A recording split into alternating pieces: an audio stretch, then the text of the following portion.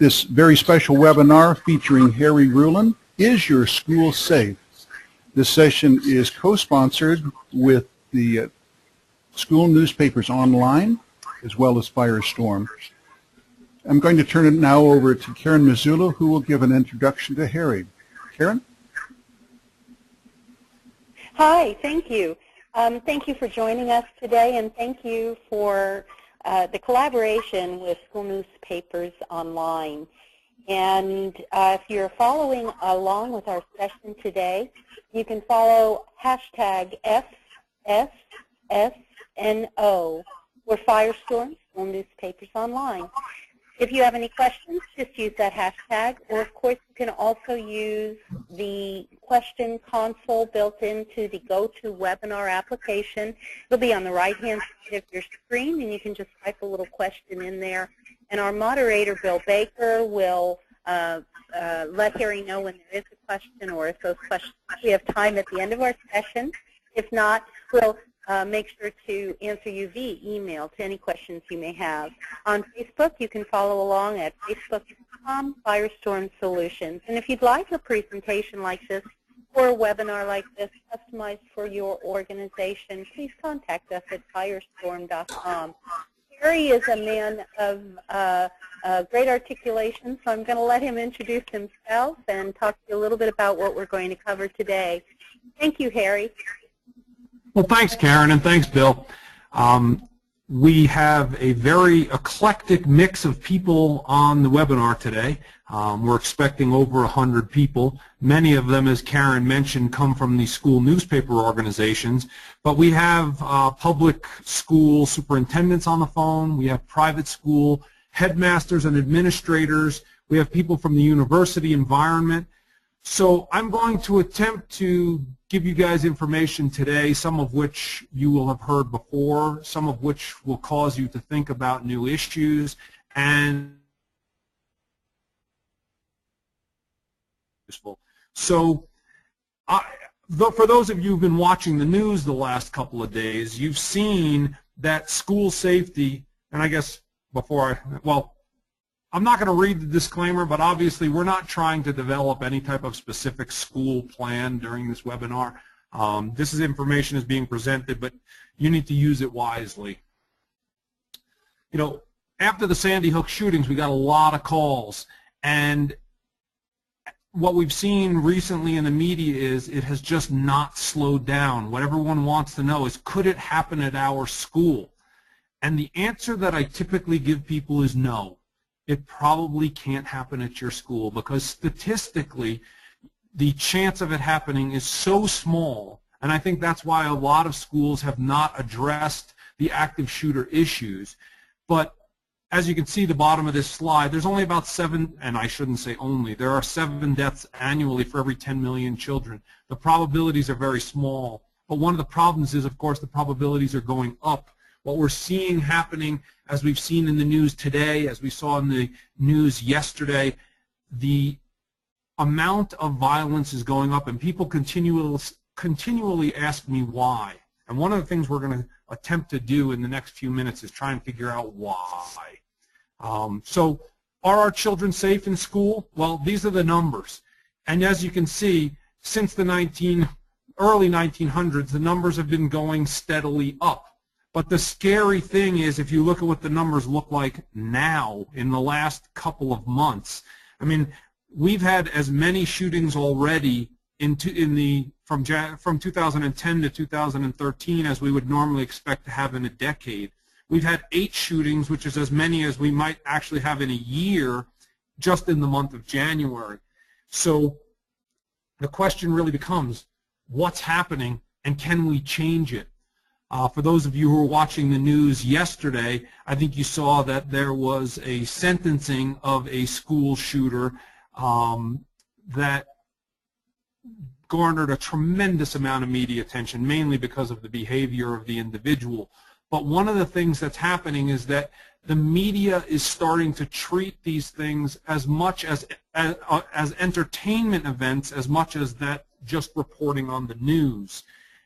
And I think what's happening is that the violence has started to go viral. You know, we live in a completely new environment, and that environment is changing so rapidly that many of us are not keeping up with the technology. So 10 years ago, it used to be that when something happened, it took quite a while for everyone to know about it. Now they know about it almost instantly.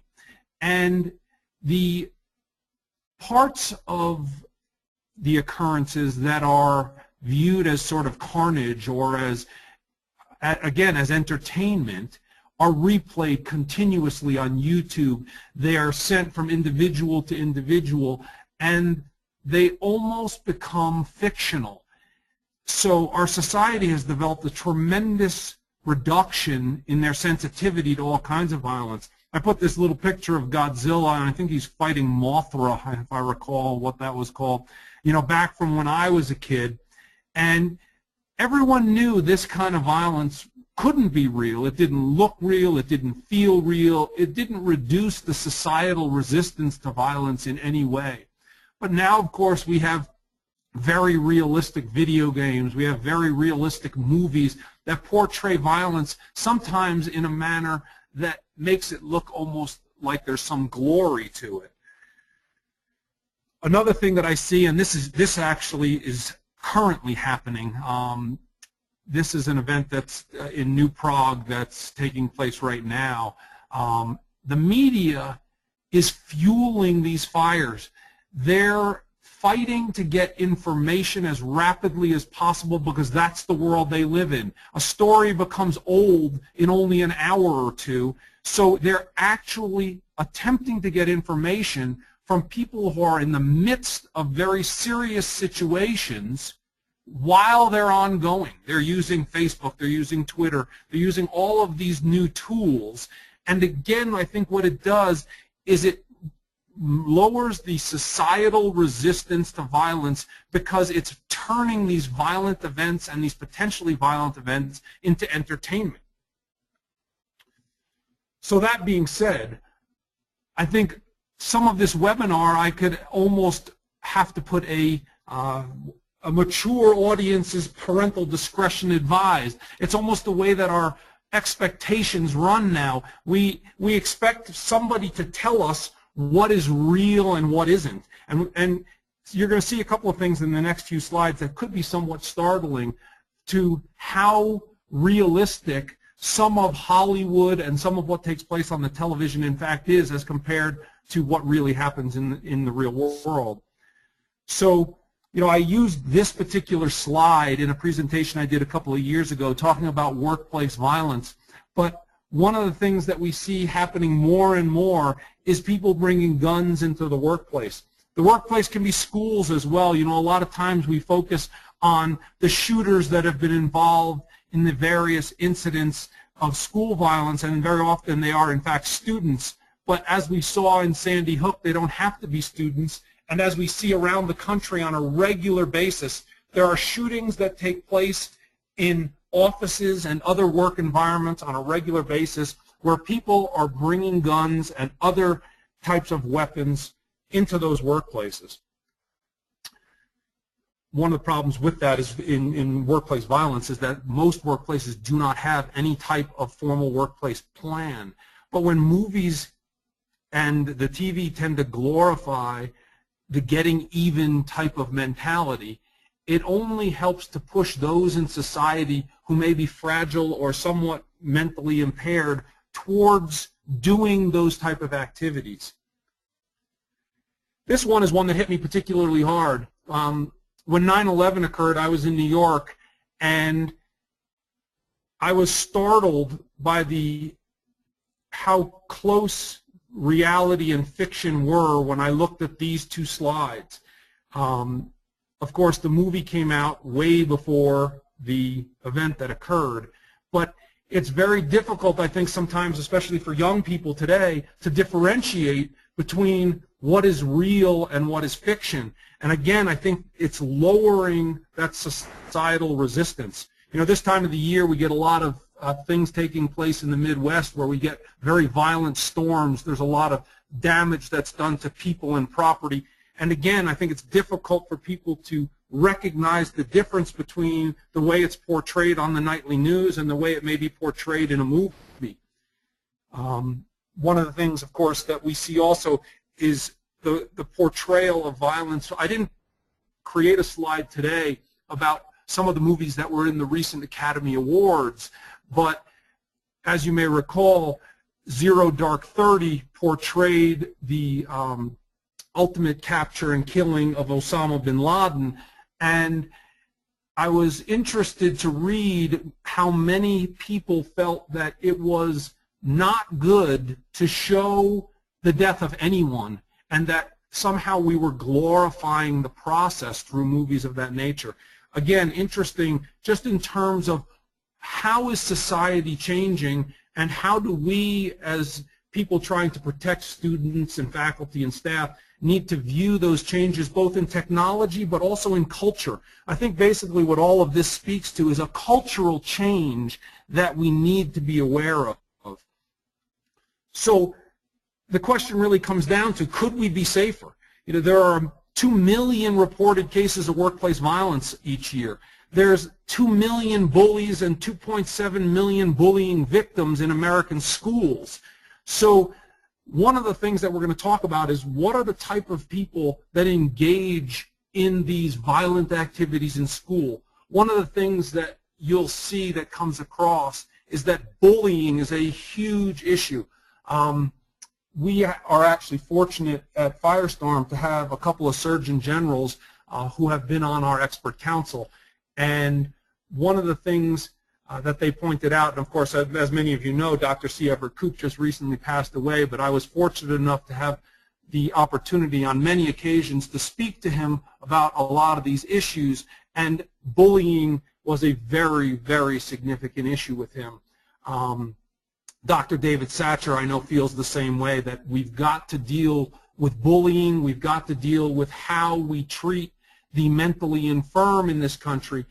We have a tendency to try and sweep the mentally ill under the rug, and of course that doesn't work, and those situations very often end badly. So if you look at who are school shooters, who are the people who take out their violence in an academic institution, you'll see I have 75% of them felt bullied. They were persecuted or threatened by others. That's an important statistic just to think about as we go through the rest of this presentation. I also want you to look at the things all the way down at the bottom. That 80% of the time there's leakage. What that means is 80% of the time someone knew. 66% of the time at least 2 people knew that something was going to occur. That's, I think, where we can make the biggest difference. You know, we're going to talk about if you see something, say something. We're going to talk about the safe to tell, anonymous reporting kind of environment. But I think that's where we as school administrators and as those who work to improve school safety can make the biggest difference. We're never going to change the way that media is delivered. We're never going to change the way that technology is advancing.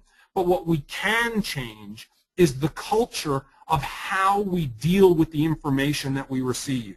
The students are absolutely going to receive the information. The staff and faculty are absolutely going to receive the information. But what they then do with it, we can have an effect on. So I want to talk to you a little bit more about that as we go forward. I'm not going to go through all of the red flag behavior signs for people who are feeling bullied or who might become violent in your school environment, but I certainly can talk to you about that offline or in a separate situation if you'd like. There are ways of determining which individuals pose the highest level of risk and then lower level of risks. So again, I don't want to go into these in detail because I'm going to try and present to you today far more information than we have time for. But again, I just wanted you to know that we have this information. We're happy to share it with you. We're happy to go through it with you if we can. So one of the things I just talked about a minute ago was anonymous reporting. We are very lucky in the state of Colorado to have an anonymous reporting capability called Safe to Tell. It was actually set up as a legal mechanism through the Attorney General's office, and it is truly anonymous. It's on the back of every student ID. It tells them how they can report.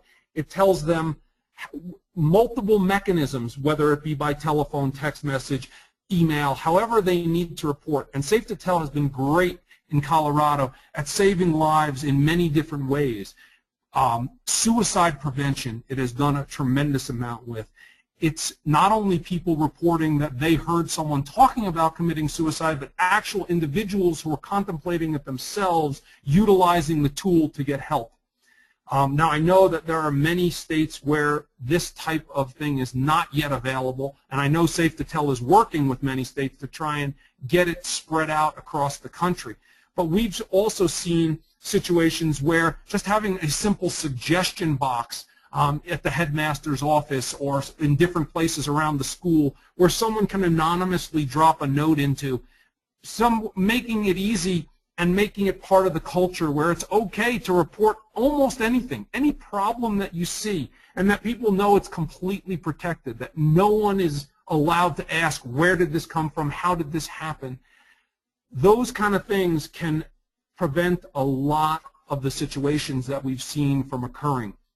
But I think it's really important that we change the culture of our students and of our society to let everybody know that it's not that you're ratting on your friend. It's that you're helping to protect everyone.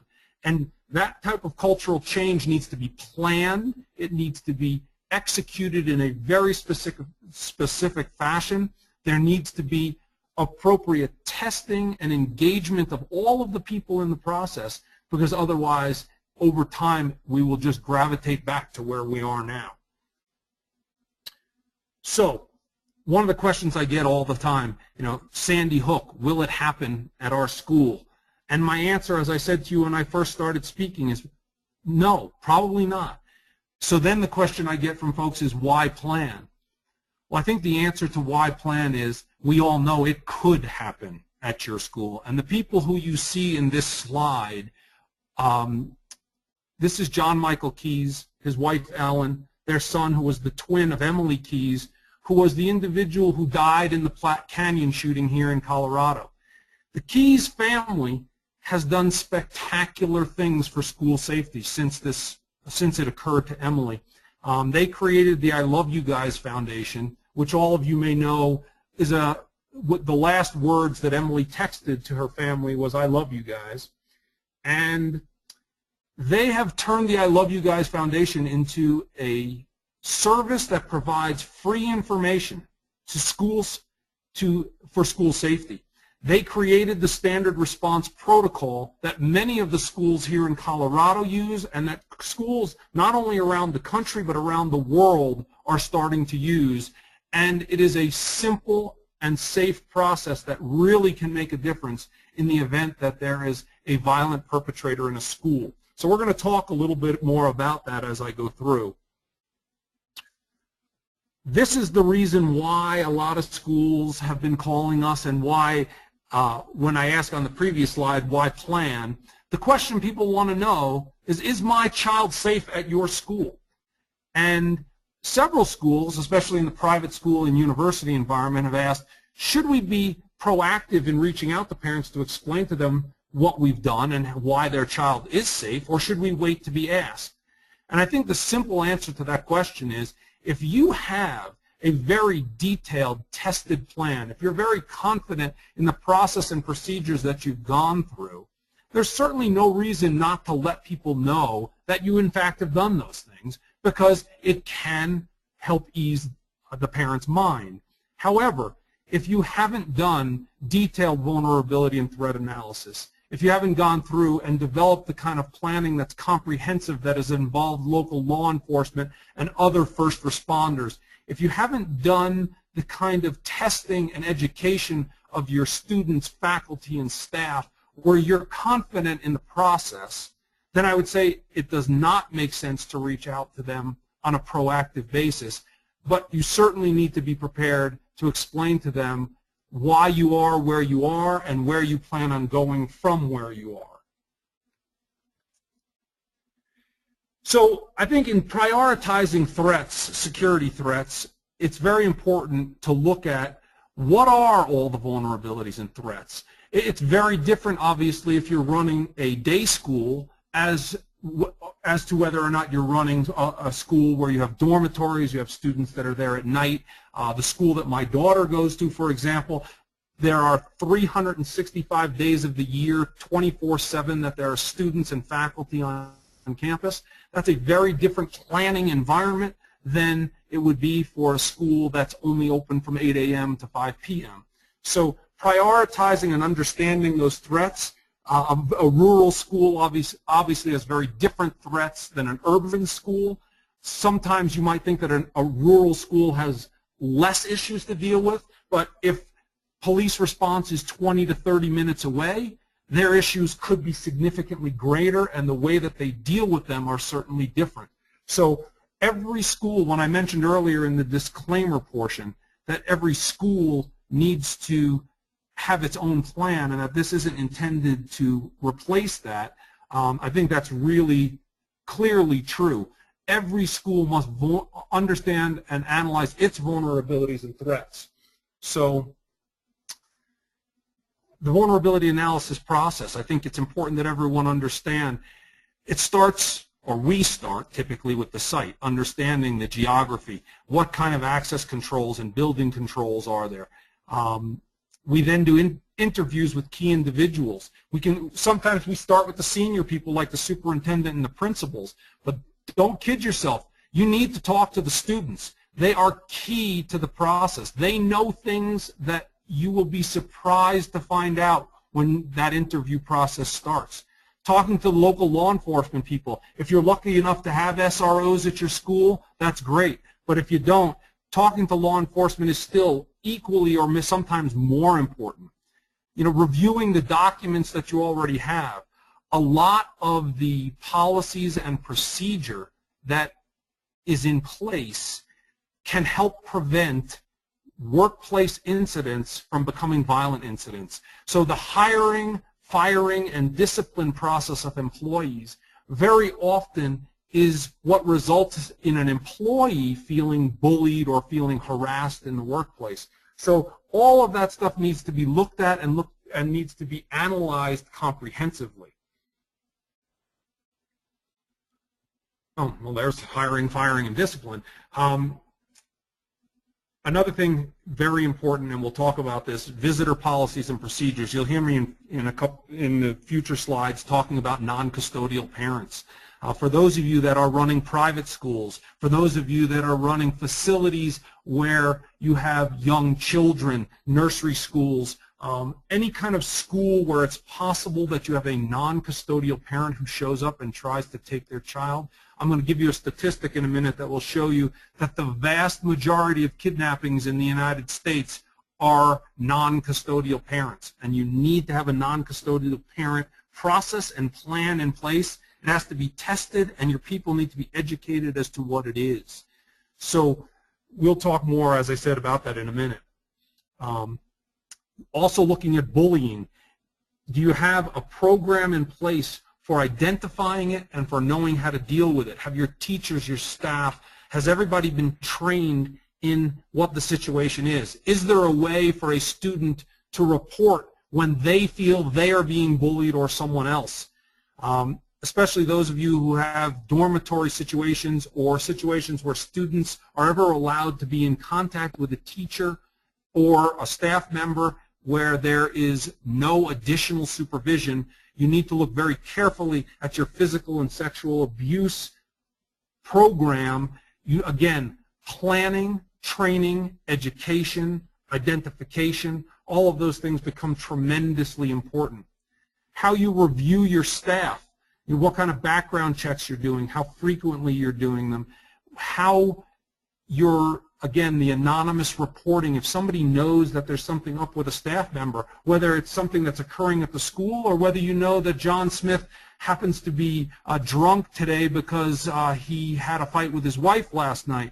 You know, those kind of things, there needs to be a process in place that makes it easy and makes people understand, again, going back to the cultural change issues, that it is important that you as a member of this school community report these things for the benefit of everyone, including Mr. Smith.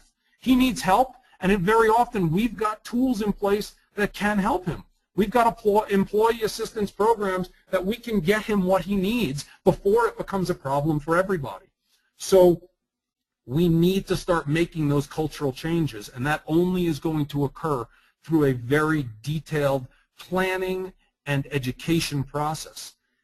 You see that I put townies there with question marks. That's actually a word that comes to us from several of our clients that are running private schools, that apparently these schools are fairly expensive tuition schools that are run in communities that are either blue collar or over the years have seen an economic decline. And there is a lot of friction between the local community and the local youth and the students that go to the school. Developing appropriate plans and education for the students of your school, but also for reaching out to the students and educating the community as a whole so that we can reduce that friction, can help reduce the possibility that there are violent flare-ups in the community. High-profile students. Several of you have talked to me about the fact that you've got the students of diplomats, you've got the students, in some cases, of foreign, actually royalty, that attend your schools. Those situations require very specific planning, training, education, all kinds of additional protections, not just to protect those students, but to protect the remainder of your faculty, staff, and students from what might otherwise occur. So again, it comes down to having knowledge, which is the predictive part of the work that you need to do, then developing the plans, the training, and the education so that when it comes time to execute, you can perform. And again, I can't stress that enough, that the identification piece comes first. This was the statistic I was talking to you about earlier, and I say your school must ask. You need to know if there are non-custodial parents in your pool of students, and undoubtedly there are. Typically, a non-custodial parent will not violate their court order. Typically, they will not come to your school. They will not look to take their child. But if they've made the decision that they will, you need to make very significant changes to your process and procedure when that occurs, because this person has already shown they're willing to break the law. How far they'll go is not a question that you can try and determine. So on your I'm going a little deeper into the non-custodial parent issue than some of the others, only because I know that some of you on the call have asked these questions. But things like making sure your office staff know which students those are, which parents those are, having photos of those parents, having a list posted, having the teachers of those specific students know that if this person shows up at a classroom or on a class trip or anything else, you must have that planning in place. So how can we make the school safer? You hear me continually harping on planning, training, testing, exercises.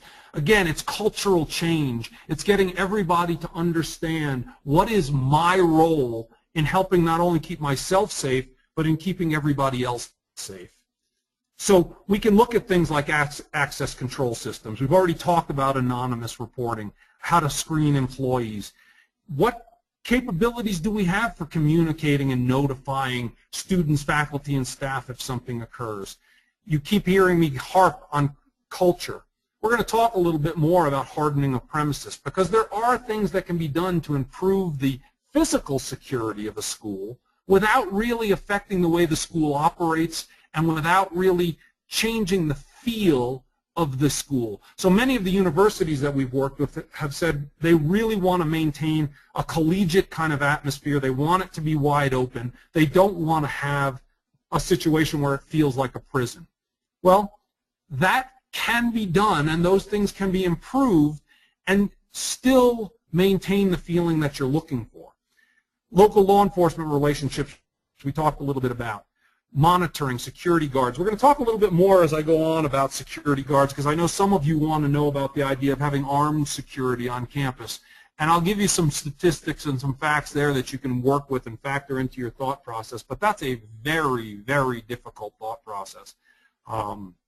So one of the things I want you to remember is that almost every incident or disaster in the schools, in the workplace, someone knew. So we talked earlier about the percentage of number of people that knew, but typically there's a sign. And what that means is that you have the ability from a predictive standpoint to say, I don't know when something might occur, but I know that this is the kind of event that can occur on my campus. And therefore, if I know it can occur, I can probably mitigate or eliminate that exposure. So that's really, in terms of cultural change in the way you run your school, in the way that you approach your planning process, I think that's really one of the greatest things you can do, is start thinking about what can happen. And start addressing the ones that have the highest likelihood, and of course the ones that have the most exposure, the ones that are going to create the greatest harm. And I think that's the reason we continue to talk about the active shooter situation. The likelihood is infinitesimal, but the harm is so great that we talk about it. But again, I don't want all of us to fall into the media trap, because the media continues to harp on it and continues to put it on the news because it makes good television, but that doesn't mean that that's where we need to be concentrating today. Now maybe it is. Maybe your school is so far advanced in its planning and training process that this is the next thing we need to address, and we're happy to help you do that.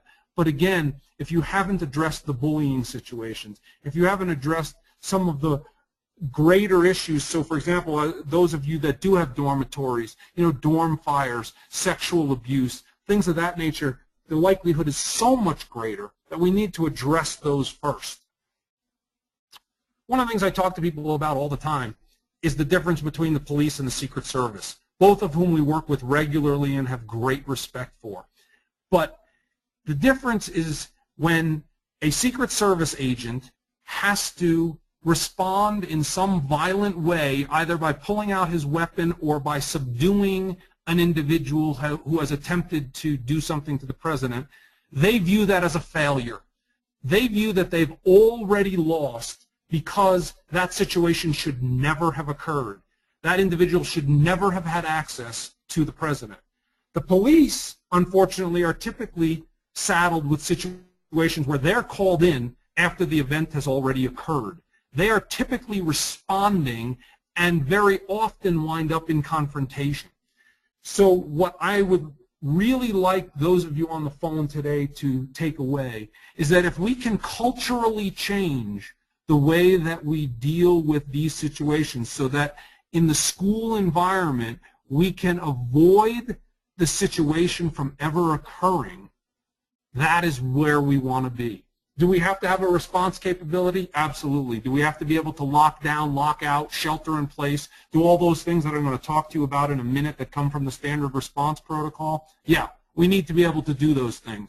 But I really want you to start thinking about how can we get the thousands of eyes and ears that are already on our campus to work for us in planning and in deterrence.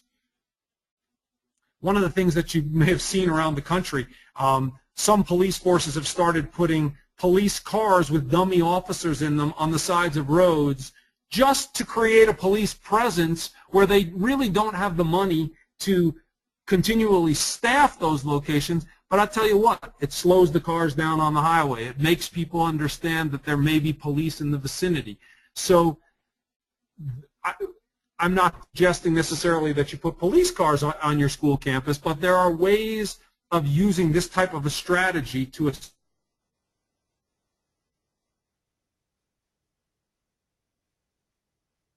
school. We have some of our schools that are on the phone today from outside of the United States where they exist in some fairly violent environments. I'm not in any way suggesting that guard dogs on duty make a difference in the American school environment typically, but what I will tell you is the signage makes a big difference.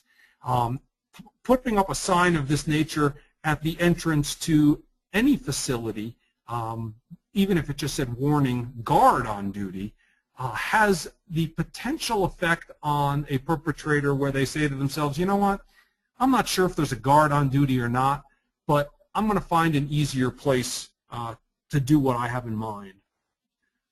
Another thing that makes a huge difference for those of you that are running campuses that are populated both day and night is lighting.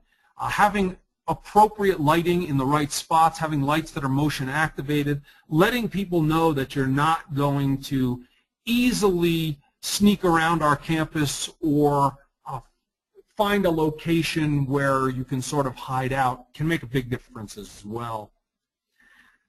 One of the questions I got from someone was, what's the best way that we can secure our school? This happens to be a picture of the Colorado Supermax prison. In fact, this is wrong. This is not the best way to secure your school because, as we all know, very often the perpetrators are on the inside. So what this situation does is prevent you from leaving, and we're going to talk a little bit about evacuation and about the flee strategy that we use in certain situations. I mentioned earlier that I would talk to you about armed security.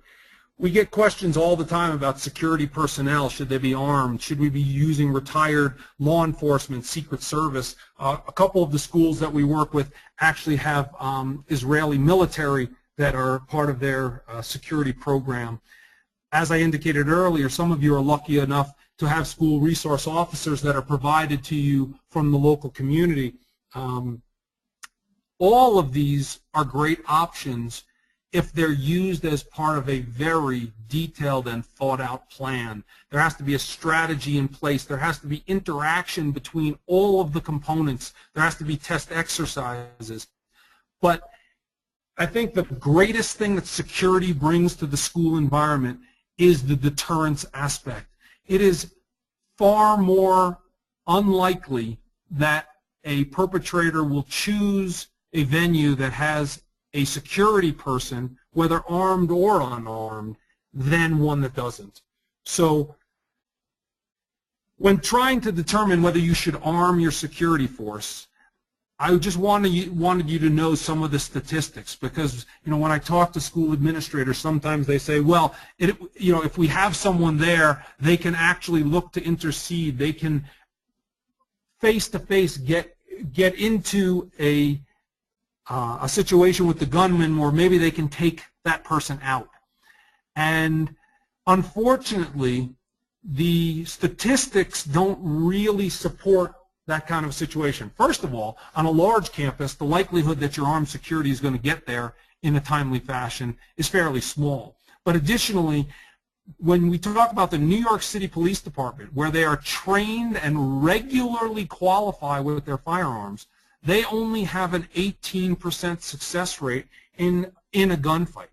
So it's really not, unless you're going to have a police force, and many of the colleges that we work with, many of the universities actually have police forces that are separate and apart from the university and act as though they are a regular municipal police force. Their people qualify on a regular basis with their guns, and they get the training and education that any other police force gets. That, of course, is a wonderful situation, but not really applicable to most school environments. So I go back to the issue of planning. If you're going to have a security force, if you're going to put up signs, if you're going to have guards, if you're going to have locks, if you're going to have gates, if you're going to do other things, they need to all be part of a detailed plan. Your security plan has to interact with your emergency response plan and your crisis communications plan, because you need to know what is the response that you're expecting from every individual. How are you going to communicate that to those individuals? If your security plan involves the use of locks and gates and other things, how do we make sure that we're not locking people in? How do they get out in an emergency? All of that requires a detailed analysis. And I can't stress enough. I mean, if there's two things that I could stress on this call, I would say that they are planning and culture. Because planning is where all of this comes to a head and where it all becomes a usable, functional part of the environment that you exist in. And culture, of course, is what holds it all together and determines whether or not it's really going to work. So I would really encourage you to think when you're going through and analyzing your existing plans, process, and procedure, whether they're just a book on a shelf that when it comes down to it, somebody can say, yeah, we've done something, or is it part of who you are and what you are on a day-to-day basis? You know, huge challenges at schools. The human challenge. I mean, visitors and visitor management. You get so many people coming and going. How do you deal with that? Do they have to come to one central location? Are they wearing badges? Are the badges the kind that are disposable, or are they permanent ones so that somebody can take one home with them and come back the next day?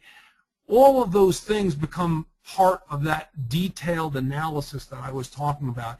And there's a lot that goes into it. We have done and developed very detailed plans and analysis capability at Firestorm, and we're more than happy to talk you through that, walk you through that if there's any way that we can help you there. You know, before I mentioned when we're doing interviews, talk to the students. Insiders know the gaps. You know, there are students in your school who know ways in and out of the school that you may not even be aware that they even exist. So it's very important, the cultural aspects of what we're doing in trying to make these kids safer. So important to talk to as many people as you can. And then the last thing on this list, training over and over again. Keep in mind, if you only do training once a year and 25% of your students leave your school every year and a certain percentage of your staff, you could easily have 30% or more of the people on the campus that don't know what their job is, what they're supposed to do, how they're supposed to respond in any serious situation. So if it's made part of the culture, if everybody understands what it is, if there's appropriate signage, it makes a huge difference. I talked about developing relationships with local law enforcement. One of the things that they've done very well here in one of the Colorado school systems that we work with is they've shared the floor plans and site plans of all of their schools, and then they've involved the emergency responders in all of their test exercises. It makes such a huge difference if they're not walking in blind to a situation, if they know what's around the next corner, if they even have the ability in some situations to look into a classroom. There are ways of doing that without risking the health of or the welfare of the students. And we're more than happy to talk to you about those type of things as well. I keep talking about integration, you know, of all the components. One of the things that we tend to do after the shootings at Virginia Tech, when we got back from there, we got a lot of calls from universities. They all wanted to put together an active shooter program. And what we tried to explain was that it was so much more than that, that all of the pieces of your security plan, all of the pieces of your crisis communications plan and your emergency response plans needed to be integrated together. And more important than that, because that was just the response piece, we needed to have the parts of the plan that were going to help us prevent the situation from occurring to start with, the anonymous reporting and all of those things in place. So it wasn't just that you could put in place an active shooter plan. So, because an active shooter plan on its own, without all of the other pieces, is not going to function.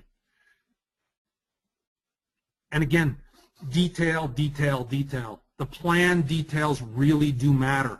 When you're looking at the documents that you currently have in place, do they tell you just what to do, or do they tell you how to do it? Because if it tells you just what to do, and when it comes down to it, you haven't received the training, the education, it hasn't become part of your culture as to how to do it, then again, the plan is really just a book that sits on a shelf that when it comes time to implement, won't be there for you.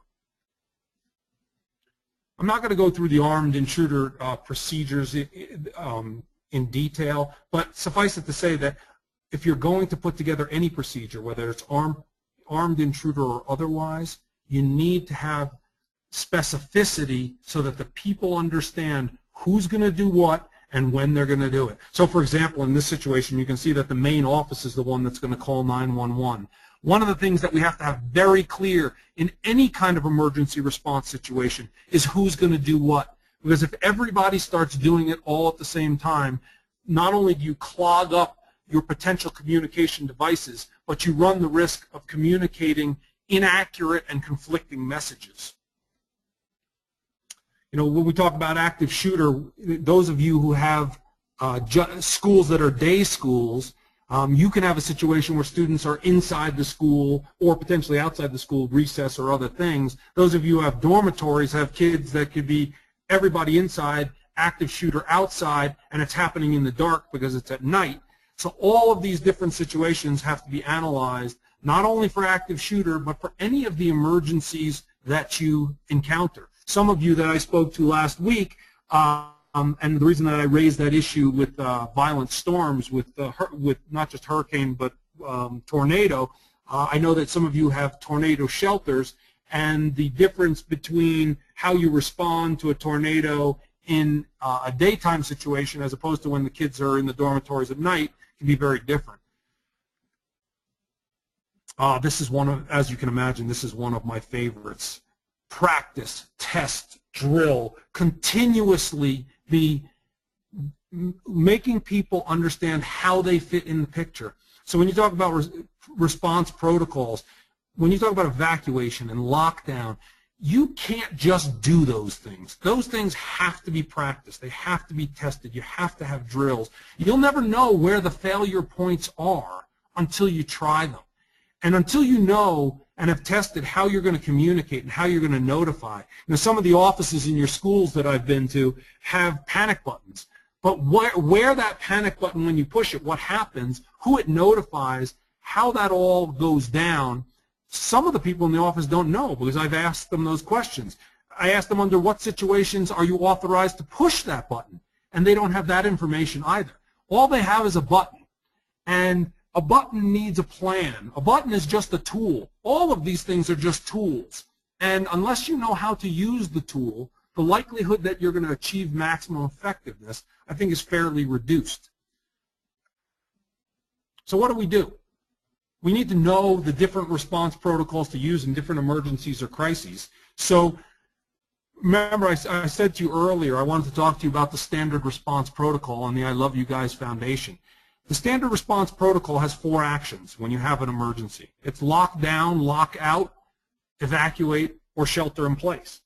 And as you can imagine, there's very few situations that one of these doesn't apply to. I urge all of you to go to the I Love You Guys Foundation website. The protocol is available free of charge to public schools. I know that the Keys, John Michael and his wife, ask that those of you running for-profit organizations or those of you running private schools help defray some of their cost in creating all this information. But they will certainly talk to and negotiate with you for the use of all of their materials, and their materials are available and can be viewed easily on their website. You know, the nice thing about their whole protocol is it's response-based. It is going to be a usable situation with a minimal amount of implementation, and that's really what it's designed for. You don't want to have to do a lot of detailed training in order to get this thing up and running. And like, for example, with lockdown, I mean, I don't think there's a kid in Jefferson County, Colorado, where my son goes to school here at the Evergreen High School, that doesn't know locks, lights, out of sight. I mean, it's so simple. That's the protocol. That's what we're going to do to secure this room and to keep everybody safe if we go into a lockdown. So I really, again, I would encourage all of you to go to the I Love You Guys Foundation website and just take a look at their material. I'm not going to go through in detail with you how you set up the different response protocols within your own manuals, but again, that's something that if you want Firestorm to look at what you've got, or if you want help in starting to put those together, we've done a lot of that work already, so try not to reinvent the wheel. Evacuation routes. Some of you asked me to cover this today, and I'll just do it briefly, but In the more rural environments, I know that we've talked about the fact that at night, if you have to evacuate a dormitory, you need to have appropriate lighting. Some of you have suggested that having fluorescent marked trails that can be followed via flashlight or other might be good things to do. All of those, there's so many different strategies you could use, and again, it comes down to planning. You got to know what the vulnerability is. You've got to know where you're sending the people. You've got to definitely have interacted with local law enforcement, because if you're going to have an evacuation route that takes your kids out to a specific road, you want law enforcement to meet those kids at that end of the road as well as be tracing it from the other end as well. So again, it's a planning and total issue of how you comprehensively deal with the evacuation issue. We recently did an evacuation test here at a one of our clients when their kids were out on recess. This was a K through 12 school, and we had a perpetrator in this test exercise in the school. So obviously we weren't going to bring the kids back into the school, so we had to develop evacuation routes from the playground. And many administrators and others haven't thought about that environment. You know, we typically think about the school environment when all the kids are in their classrooms, but that's not necessarily how it's going to be. A certain percentage of the kids may be in the lunchroom. So what do we do with those kids? So all these things need to be thought through in detail. And there again, plan details matter. Communications, I covered this a minute ago. We need to know who's permitted to say what and when.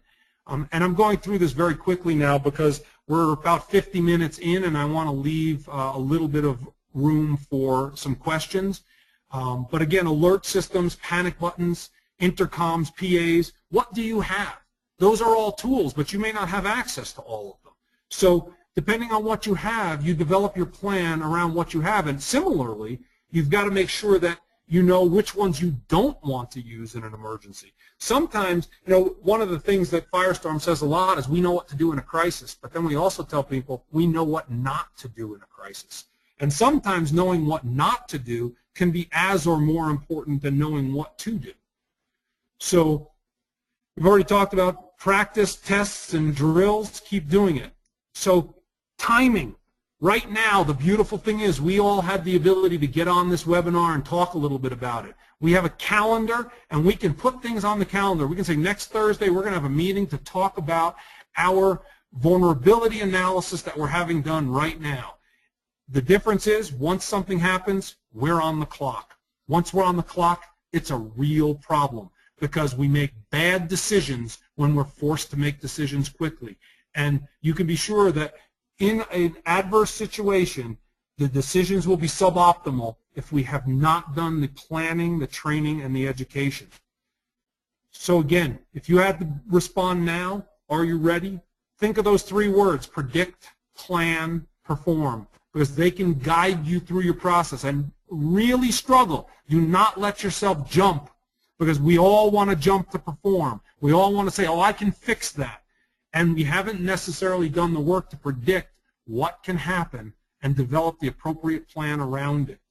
So again, going back to my whole hope for this webinar, if I can get across the point that we need to change culture and we need to have the plans developed around that, then I think that I've accomplished a lot, because the world that we exist in and the world that our kids exist in is changing so rapidly, and we need to address that in our planning process going forward. So with that said, I'd love, Bill, if there's anyone who's presented a question, I'm available. Thank you, Harry. What is your feeling about locking doors in school buildings, interior and exterior?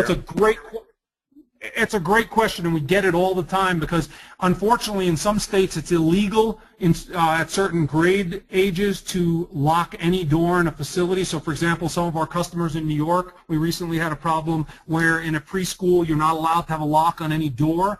That really limits your ability to do lockdown, obviously.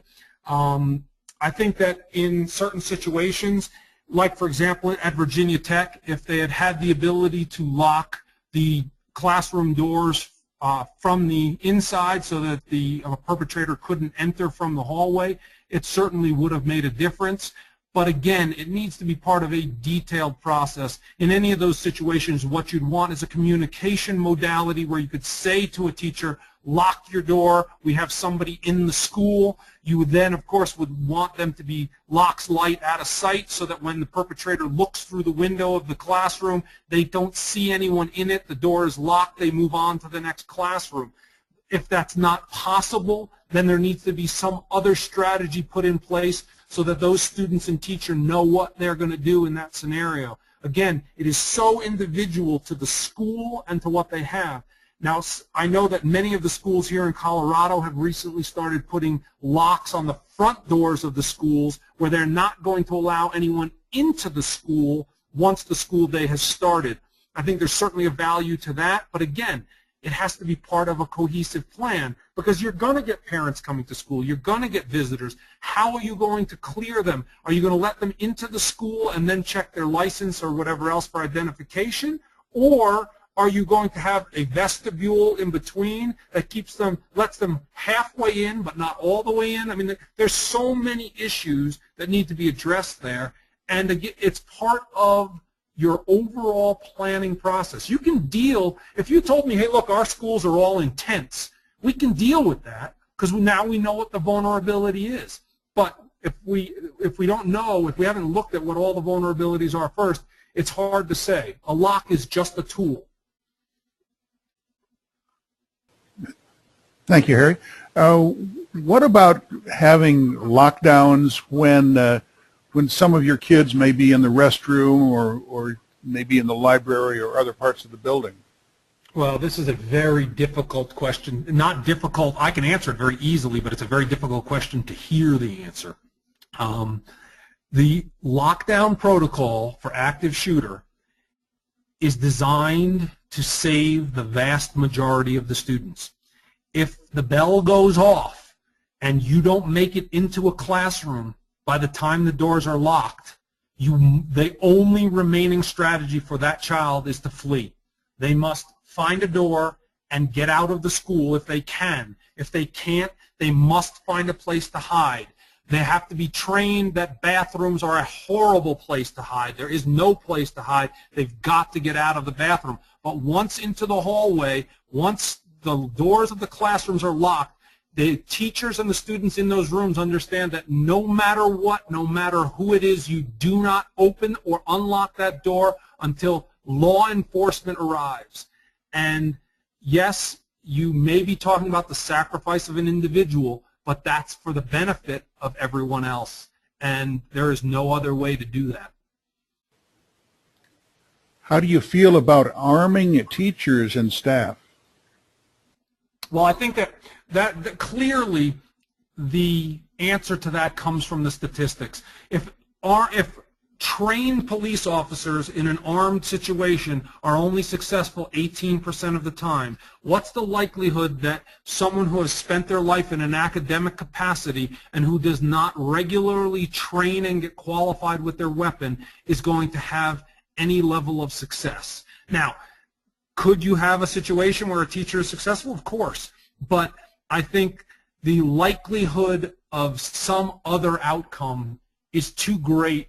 I personally do not believe that arming teachers, and let me not speak in such definitive terms, there may be schools, like I mentioned earlier, where armed reinforcement from a law enforcement body is 20, 30 minutes away, or isn't coming at all. In that situation, it may make sense to have an administrator or some other individual, because I know a lot of schools have retired police officers, retired Secret Service, retired FBI who are in fact teaching at the school. That's a different environment, but that really requires significant planning, training, and education. Good. Thank you very much, Harry. We're at the top of the hour now. We appreciate everyone for joining us. If you would like a copy of the slide deck, send a message to webinars@firestorm.com. We will be happy to send that along to you. Harry, any last comments? No, just thank you everybody for attending, and I know I went over a lot of material and much too quickly. I would be more than happy to have individual conversations with you if you have questions. If you reach out for myself, I'm H. Rhulen, so it's HRHULEN at Firestorm.com, or if you coordinate through Bill or Karen, they can certainly help coordinate a phone call, but I'm happy to do that. Thank you very much, Harry. As always, a wonderful webinar that is with lots of information. We'll now let you have your day back. Thank you for joining us.